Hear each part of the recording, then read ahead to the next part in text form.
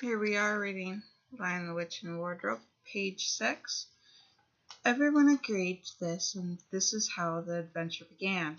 It was the sort of house that you never seemed to come to the end of, and it was full of unexpected places. The first few doors they tried led only to spare bedrooms, as everyone had expected that they would.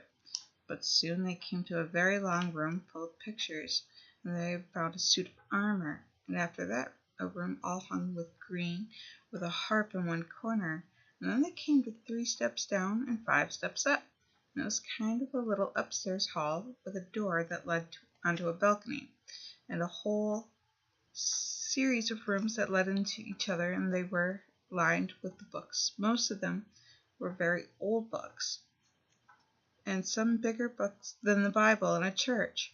And shortly after that they looked into a room that was quite empty except for one big wardrobe, and the sort of that has the looking glass in the door, and there was nothing else in the room except a dead blue bottle on a windowsill. "Nothing's there," said Peter, and they all trooped out again, all except Lucy. She stayed behind because she thought it would be worth a while trying the door of the wardrobe, even though she felt almost sure that it would be locked. To her surprise, it opened quite easily, and 2 mothballs dropped out. Looking into the inside, she saw several coats hanging up, mostly long fur coats. There was nothing Lucy liked so much as the smell and feel of fur. She immediately stepped into the wardrobe and got into the coats and rubbed her face against them, and leaning the door open, of course, because she knew that it was very foolish to shut oneself into any wardrobe. Soon she went further, and she found that there was a second row of coats hanging up behind the first one. It was almost quite dark in there, and she kept her arms stretched out in front of her, and not to bump her face into the back of the wardrobe. She took a step further in, then 2 or 3 steps, always expecting to face the woodwork against the tips of her fingers. But she could not feel it. "This must be a simply enormous wardrobe," thought Lucy, going still further in and pushing the soft folds of the coats against to make room for her. Then she noticed there was something that crunching under her foot.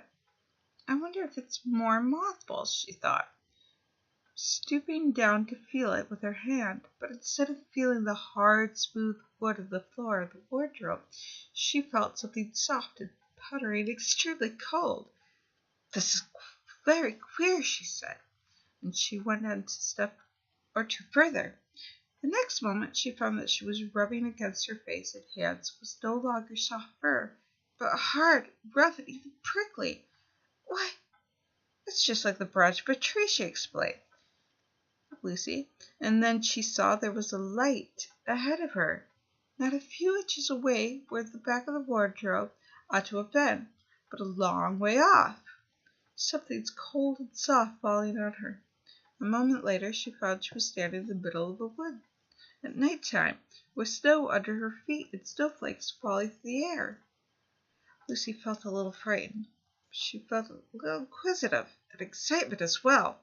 She looked back over her shoulder, and there, between the dark tree trunks, she could see the open doorway, the wardrobe, and even catch a glimpse of the empty room from which she set out.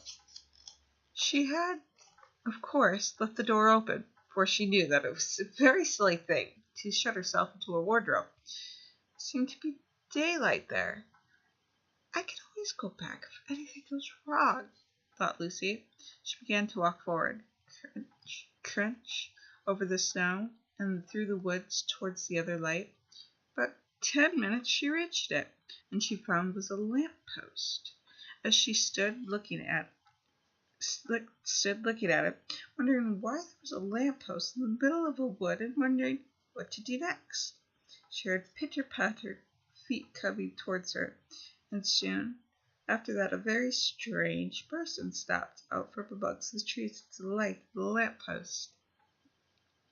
And we're going to stop on page 9. Getting interesting, isn't it?